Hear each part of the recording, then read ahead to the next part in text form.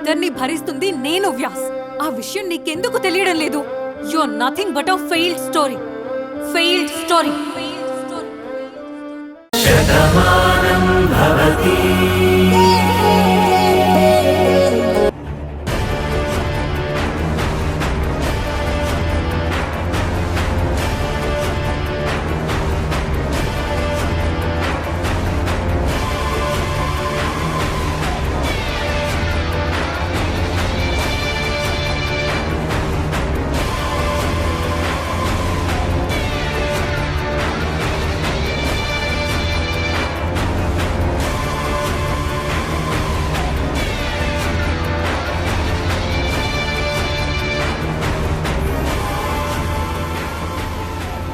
ఏంటి అందరూ ఇలా ఉన్నారు? ఏం జరిగింది? ఏం లేదే. నువ్వేంటి మళ్ళీ ఇలా వచ్చావని ఒక్కసారి అవాక్కయ్యావు అంతే. నేనేం దేశం వదిలి వెళ్ళిపోలేదు కదా, వెనక్కెందుకు వచ్చాను అని మీరు ఆలోచించడానికి. హాస్పిటల్కి వెళ్తున్నాం. పాప ఫైల్ మర్చిపోయాను, తీసుకెళ్ళడానికి వచ్చాను. దీనికోసం వెనక్కి రావడం ఎందుకు? హాస్పిటల్లో ఇంకొక కాపీ ఉంటుంది కదా, ప్రింట్ తీసుకుంటే సరిపోయేది కదా. ఇదే మాట ఆయన కూడా చెప్పారు. ఇంటికి దగ్గరగా ఉన్నాం కదా, అక్కడ మళ్ళీ వాళ్ళని అడగడం ఎందుకని వెనకొచ్చాను. ఎందుకమ్మా శ్రమ? హాస్పిటల్కి వెళ్తే సరిపోయేది కదా. ఏంటి మావయ్య, మేమేదో నడిచొచ్చినట్టు అందరూ ఇలా మాట్లాడుతున్నారు.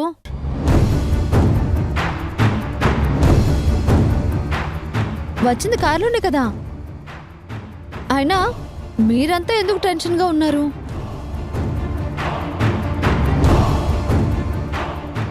ఎందుకంటే పిచ్చిమొహమా, ఏదైనా పని మీద బయటికి వెళ్ళినప్పుడు మళ్ళీ వెనక్కి తిరిగి రాకూడదు అంటారే. నువ్వేమో గోడ కొట్టిన బంతిలాగా వెంటనే వచ్చావు. ఎందుకు అని మేమందరం టెన్షన్ పడుతున్నాం. అవునమ్మా, నువ్విలా వస్తావని మేమెవరూ అనుకోలేదు. అదే అర్జెంట్ పని మీద వెళ్ళిన వాళ్ళు వెనక్కి రాకూడదు అంటారు. హాస్పిటల్ పని మీద వెళ్ళిన వాళ్ళు రిపోర్ట్స్ మర్చిపోతే రావచ్చు. నేను రిపోర్ట్స్ తీసుకొస్తాను. ఏవండి, నేను రిపోర్ట్స్ తీసుకొని వస్తాను. రే, ఏంట్రా ఇదే? నేనేం చేయలేకపోయాను. ఆపాలని ఎంత ప్రయత్నించినా ఇంటికి వెళ్లకుండా ఎందుకు ఆపుతున్నారు? ఇంట్లో ఏమైనా జరుగుతుందా అని భాను అడిగింది. తప్పనిసరి పరిస్థితుల్లో తీసుకొచ్చాను.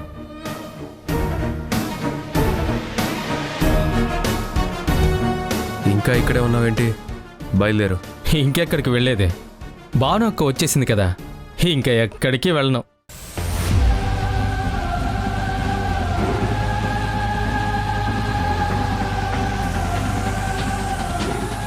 మీరెవ్వరూ నన్ను పంపించలేరు కూడా. రేయ్, గన్ను పక్కనే ఉంది, తీయమంటావా? భాను అక్క, త్వరగా రా అక్క.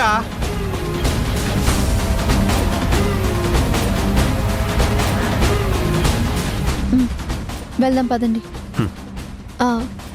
చక్రి, టిఫిన్ చేసావా? మేము వాడికి కావాల్సినవన్నీ పెట్టాము, కానీ పాపం వాడే ఏవీ తెలియలేదు. అలా అని వదిలేస్తావా బామ్మ? ఏదో ఒకటి పెట్టాలి కదా. ఒకటేంటమ్మా, చాలా పెట్టాం. భరించలేక తినను అన్నాడు. ఇంతలో నువ్వు వచ్చావు. లేదంటే ఈ పాటికి ఫుల్లుగా నిండిపోయేది కడుపు కదా. చూడు చక్రి, నీ మీద అభిమానంతో వాళ్ళు అన్ని రకాలు పెడతారు. తినను అనడం మంచిది కాదు. వాళ్ళు ఇచ్చినవన్నీ తిను. వద్దక్క, అన్నీ తీసుకోవడం నాకు కష్టంగానే ఉంది. అందుకే ఇక్కడ నేను ఇంకేమీ తీసుకోలేను. మీరు ఎలాగో బయటికి వెళ్తున్నారు కదా, కారులో నన్ను దారిలో దింపేయండి. ఒక చిన్న పనుంది, అది చూసుకొని సాయంత్రం నువ్వు వచ్చాక నేను ఇంటికి వచ్చేస్తాను. ఎందుకు? మేము వెళ్తాం, తర్వాత నువ్వు టిఫిన్ తిని బయటికి వెళ్ళు. వద్దు బావగారు, మా పెద్దమ్మకి బాలేదని ఇప్పుడే హాస్టల్ నుంచి ఫోన్ వచ్చింది. తొందరగా వెళ్ళి చూడాలి. నన్ను దారిలో దింపేస్తే హాస్టల్కి వెళ్తా, ప్లీజ్. ఏమండి, చక్రిని మన కారులో తీసుకెళ్దాం. సరే పద. సరేరా. సరే అక్క, వెళ్ళొస్తాను నీలిమా.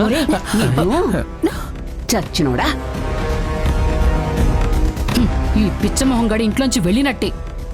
గోడ కొట్టిన మేకులాగా వీడి కొంపలోనే ఉంటాడని నాకు అర్థమైపోయింది. ఇంకెలా పంపిస్తారు? అసలు పంపిస్తారా లేదా? వాడి తల మీద గన్ను గురిపెట్టి మరీ పంపించాలని నిర్ణయించుకున్నాను. చివరి నిమిషంలో భాను వచ్చి మొత్తం చెడగొట్టింది. మళ్ళీ అవకాశం వస్తుంది కదా, వాణ్ణి తప్పకుండా పంపిస్తాను. అంతవరకు మీరు మాత్రం దయచేసి అరవకండి.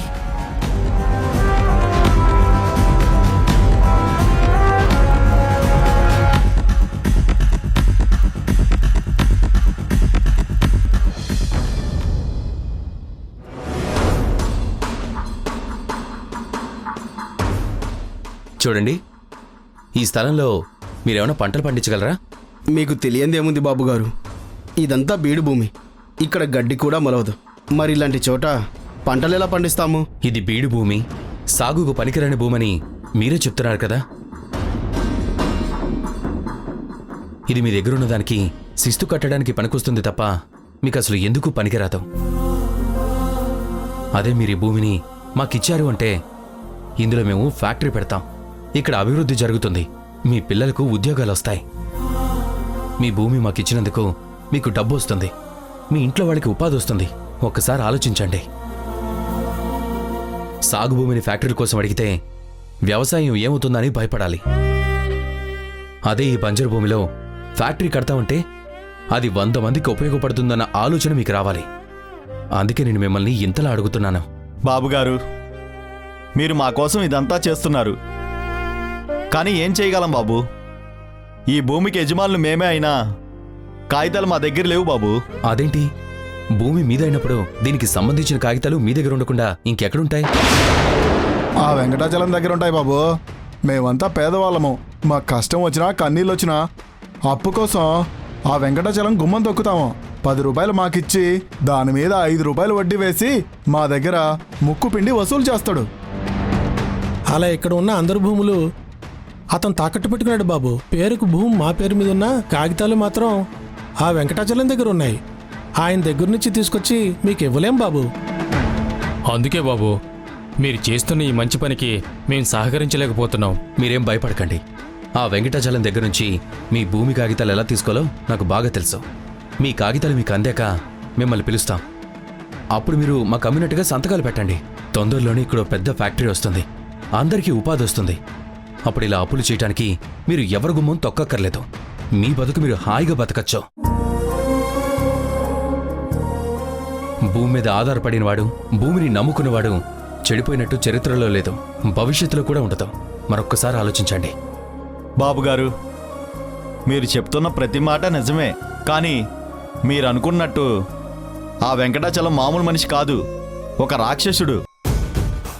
అందరూ వాడి కింద బానిసల్లా బతకాలనుకుంటాడు. అలా కాదని వాడిని ఎదిరిస్తే వాడు ఎంతవరకైనా తెగిస్తాడు. అందుకే బాబు, సహకరించాలని మనసులో ఉన్నా వాడి మీద భయంతోనే మీకు మేము సాయం చేయలేకపోతున్నాం. మమ్మల్ని క్షమించండి బాబు. చెప్పాను కదా, మీ వెంట నేనుంటాను. నా మాట మీరు వినండి. వాడు ఎంత ప్రమాదకరమైన వ్యక్తి అయినా సరే ఏం చేయాలో ఎలా చేయాలో నేను చూసుకుంటాను. ఏమంటావురా? సరే బాబు.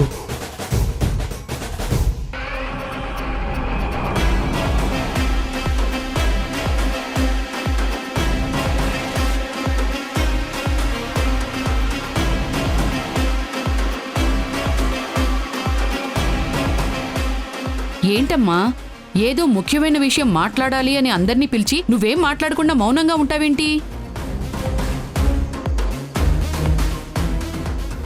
మళ్ళీ మా నీలిమతో గొడవ పడ్డానికి ఏదైనా కారణం వెతుక్కుంటున్నారా? మా అక్క చాలా మంచిది, తన గురించి అలా మాట్లాడొద్దు. ఇలా ప్రతి విషయంలో నువ్వు మాట్లాడకుండా సైలెంట్గా ఉండవు. చూడు నీలిమా, తను నీ భర్త. తను ఒక మాట చెప్పగానే నువ్వు ఇలా మాట్లాడడం కరెక్ట్ కాదు. వాడు దీని మొగుడని నువ్వు నమ్మే కదా ఇంటికి తీసుకొచ్చావు. వీడు ఇక్కడే ఉంటున్నాడు కదా, మళ్ళీ కొత్తగా చెప్పడం ఎందుకు? ఏం చెప్పాలని పిలిచావు ముందది చెప్పు.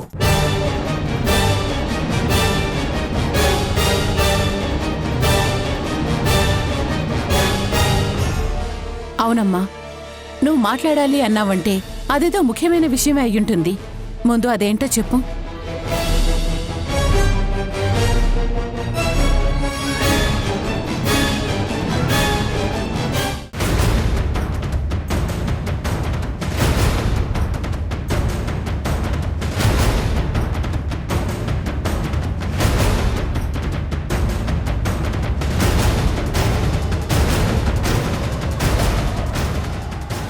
అత్తయ్య, మీకు ఒక మాట అయినా చెప్పకుండా నేను ఒక నిర్ణయం తీసుకున్నాను. మీరు తప్పుగా అనుకోకండి. నువ్వు ఈ ఇంటి కోడలు విభాను. ఈ ఇంట్లో ఎలాంటి నిర్ణయమైనా తీసుకునేటువంటి హక్కు నీకుంది. నీ నిర్ణయాన్ని ఇక్కడ ఎవ్వరూ కూడా తప్పు పట్టరు. అవును మరి. నువ్వేం మాట్లాడినా నీకెవరైనా ఎదురు చెప్పారా?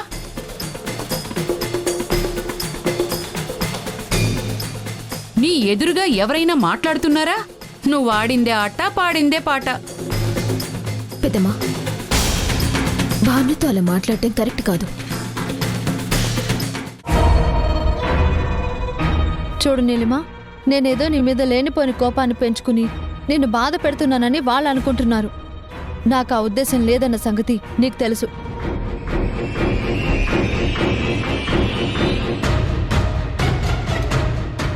ఇప్పుడు నేను తీసుకున్న నిర్ణయం నీ మంచికే నీలిమా. అది అర్థం చేసుకుంటే నీకే మంచిది. నీకు పెళ్లి జరిగింది. నీ భర్తకు నువ్వు దూరం అయ్యావు అన్నప్పుడే నువ్వు మానసికంగా ఎంత నలిగిపోయి ఉంటావో నేను ఊహించాను.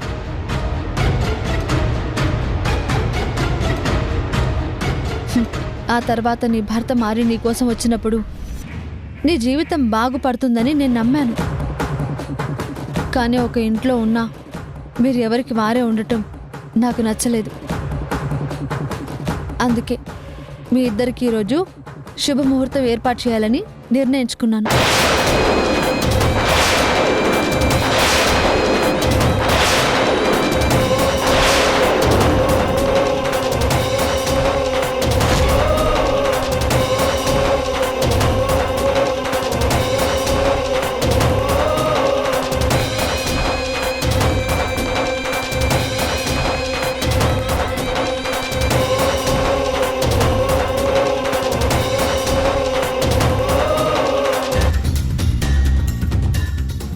మీరిద్దరూ శారీరకంగా ఒకటైతేనే మానసికంగా కూడా ఒకటవుతారు. అప్పుడు మీ మధ్య బంధం మరింత బలపడుతుంది.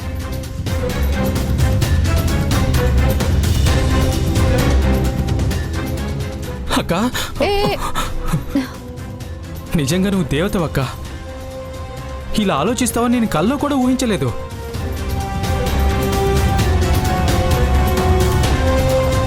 నువ్వెందుకు ఊహిస్తావు నాయనా? ఇలాంటి ఒక మాట వస్తుందని మేమెప్పుడు ఎవ్వరం ఊహించలేదు.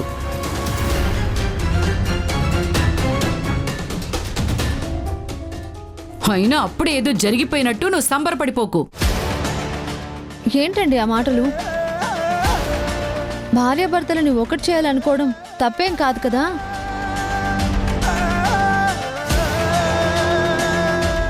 మరి మీరెందుకు ఇలా మాట్లాడుతున్నారు? అది కాదే, ఏదైనా ఒక మంచి కార్యక్రమం చేయాలంటే 100 సార్లు ఆలోచించాలి, మంచి ముహూర్తాలు చూసుకోవాలి. అలాంటిదేం చేయకుండా నువ్వు అందరినీ పిలిచి ఇదిగో ఇంకాసేపట్లో వీళ్ళిద్దరికి శుభకార్యం జరిపిస్తానంటే ఎవరైనా ఇలాగే ఆశ్చర్యపోతాం. ఇప్పుడు అదంతా ఎందుకు, తర్వాత చూసుకుందాంలే. అయినా ఇలాంటి సమయంలో అలాంటి కార్యక్రమాలు కరెక్ట్ కాదు కదా. చూడు బాను, ఇంత పెద్ద నిర్ణయం తీసుకునేటప్పుడు అందరినీ అడగాలి. మరీ ముఖ్యంగా అమ్మ నిర్ణయం ఏంటో తెలుసుకోవాలి.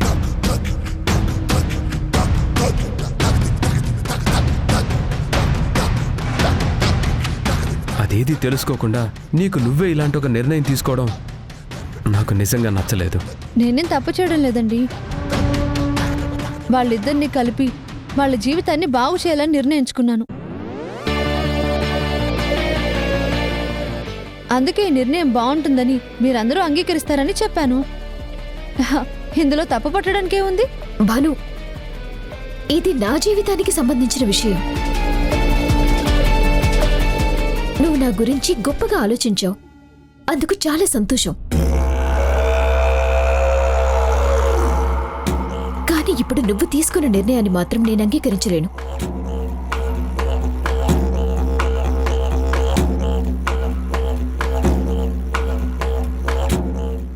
దయచేసి ఆ నిర్ణయాన్ని విరమించుకో.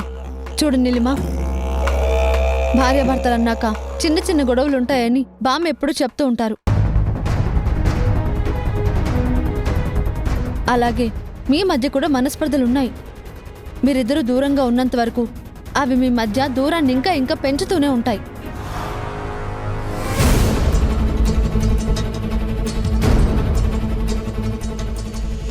అదే మీరిద్దరు ఒకటయ్యారంటే ఆ అనుబంధం మిమ్మల్ని కలుపుతుంది. తర్వాత మీ మనసుకి మీరే సర్ది చెప్పుకుంటారు. వేరువేరుగా ఉన్నా మీరు ఒకటిగా బతుకుతారు. ఒకప్పుడు ఈయన నేను కూడా మీలాగే దూరంగా ఉండేవాళ్ళం. కానీ తర్వాత ఒకరిని విడిచి ఒకరు ఉండలేమో అన్నట్టుగా మారిపోయాము.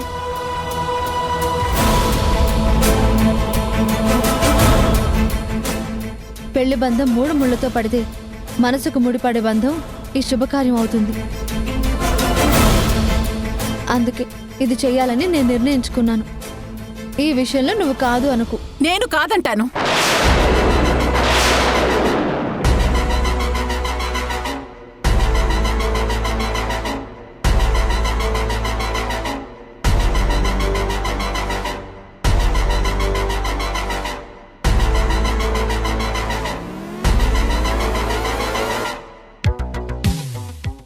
నీ నిర్ణయం ఇప్పుడు తప్పు అని నేనంటున్నాను. నాకు కూడా ఇలాగే చెప్తావా?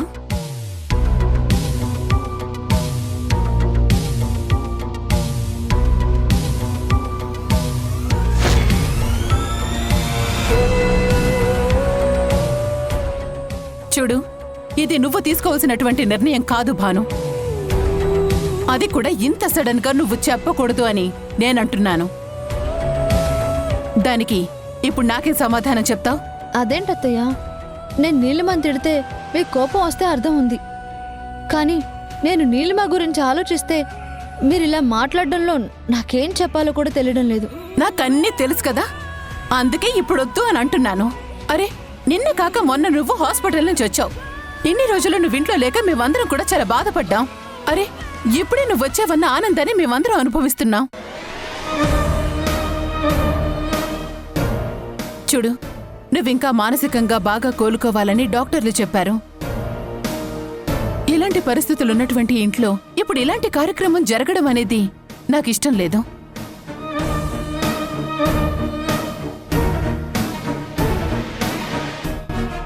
చూడు, నువ్వనుకున్నట్టు నీలిమ జీవితం నిలబడేలాగా మనం ఒక మంచి పని చేద్దాం. కానీ అది ఇప్పుడు కాదు. ఎప్పుడు ఏది ఎలా చేయాలో ప్రతి దానికి ఒక సమయం, సందర్భం అనేది ఉంటుంది. అప్పుడు మాత్రమే చేయాలి. అంతవరకు ఈ నిర్ణయాన్ని నువ్వు వెనక్కి తీసుకుంటే మంచిదని నా అభిప్రాయం. నా మాటను కూడా కాదంటావా? లేదత్తయ్య, నేను మీ మాటను ఎప్పటికీ కాదనను. ఇలా చేస్తే నీలిమ జీవితం బాగుంటుంది అనుకున్నాను. ఇప్పుడు కాదు ఇంకోసారని మీరే అంటున్నారు కదా, తప్పకుండా అలాగే చేద్దాం. కానీ వీలైనంత తొందరలో నీలిమని చక్రిని ఒకటి చేద్దాం. ఈ రోజుకి మాత్రం మీరు వాయిదా వేశారు.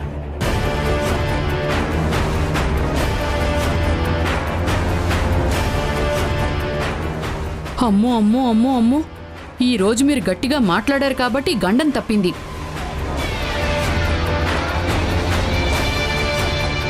కానీ ఏదో ఒక రోజు ఖచ్చితంగా ఇది జరిగి తీరుతుంది. ముందా కొండముంచిని ఇంట్లోంచి పంపించకపోతే నా కూతురు బ్రతుకు ఏమైపోతుందని నాకు భయంగా ఉంది. నువ్వు అనవసరంగా అరిచి భానుకి నిజం తెలిసేలా చేయకు.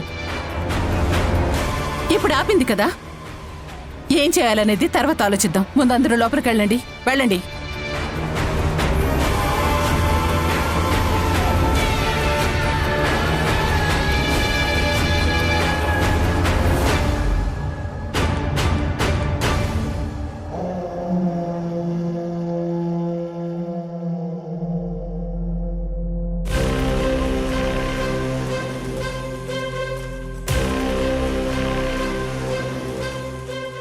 నువ్వు మా చెంప మీద కొడితే మేము నీ జీవితం మీద మేమేం చేస్తామో నిన్ను ముట్టుకోం. కానీ నీ జీవితం అడవి కాచిన వెన్నెల్లా అందరికీ అర్థమయ్యేలా చేస్తాం. చాంద్రి, ఏంటి చాంద్రి, నేను వద్దంటున్నా భోజనం వడ్డిస్తున్నావు? ఏదో ఆలోచిస్తూ అలా వేసేసాను పార్థు, అంతే. ఏంటమ్మా అంతలా దేని గురించి ఆలోచిస్తున్నావు? ఇంక దేని గురించి నాన్న, అత్తయ్య వాళ్ళ ఇంటి నుంచి మనం వచ్చి చాలా రోజులైంది కదా, అందుకే ఎంత తొందరగా అక్కడికి వెళ్ళిపోదామని ఆలోచిస్తూ ఉంటుంది, అంతే కదా? అవును పార్థు, మనం తొందరగా ఇక్కడి నుంచి వెళ్ళిపోదాం. అదేంటమ్మా ఇక్కడ ప్రాజెక్టు పనులు చూడ్డానికే కదా వచ్చింది. వాడేమో ఫ్యాక్టరీ కట్టాలనుకుంటున్నాడు. మరి అవన్నీ అయ్యాకే కదా మనం వెళ్తాం. తొందరపడితే ఎలా? ఇన్ని రోజులు నువ్వు మీ అమ్మగారితోనే ఉన్నావు కదా, ఇప్పుడు మనం ముగ్గురం ఉంటున్నాం. ఆయన రోజు వీడియో కాల్ మాట్లాడుకునే రోజుల్లో కూడా అక్కడికి వెళ్ళిపోవాలని పంతమేంటి? కావాలంటే ఒకసారి వెళ్ళి చూసొచ్చేయి. అది కాదు చాందిని, ప్లీజ్. నేను నాన్నతో ఒక ముఖ్యమైన విషయం మాట్లాడాలి. నాన్న, రైతులు వాళ్ళ భూములు ఇవ్వడానికి ముందుకొస్తున్నారు. కానీ ఆ వెంకటచలం అనేవాడు చాలా డేంజర్ అని చెప్తున్నారు. వీళ్ళ భూమి కాగితాలన్నీ వాడి దగ్గర పెట్టుకుని వీళ్ళందరూ ముందుకు రాకుండా వాడు అడ్డుపడుతున్నాడని రైతులు నా దగ్గర బాధపడ్డారు. అందుకే వాడి దగ్గర ఉన్న భూమి కాగితాలన్నీ ఎలా అయినా సరే బయటికి తీసుకొచ్చి ఆ ల్యాండ్లను మనం హ్యాండ్ ఓవర్ చేసుకుంటేనే అక్కడ డెవలప్ జరుగుతుంది, ఫ్యాక్టరీ కట్టగలుగుతాం. అవునరా, ఆ వెంకటాచలం గురించి నేను కూడా విన్నాను. ఇక్కడ అభివృద్ధి జరిగితే తన పెత్తనం పోతుందని ఈ ఊరిని నాశనం చేస్తాడు.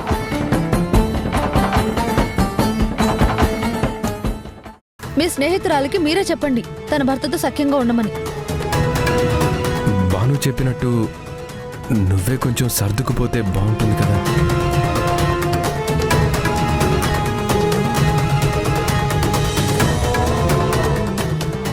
ఎవరితో సర్దుకుపోవాలి కార్తీక్? చక్రితోనా? నీ మనస్సాక్షిని అడిగి చెప్పు కార్తీక్. అది నా కళ్ళలోకి సూటిగా చూసి చెప్పు.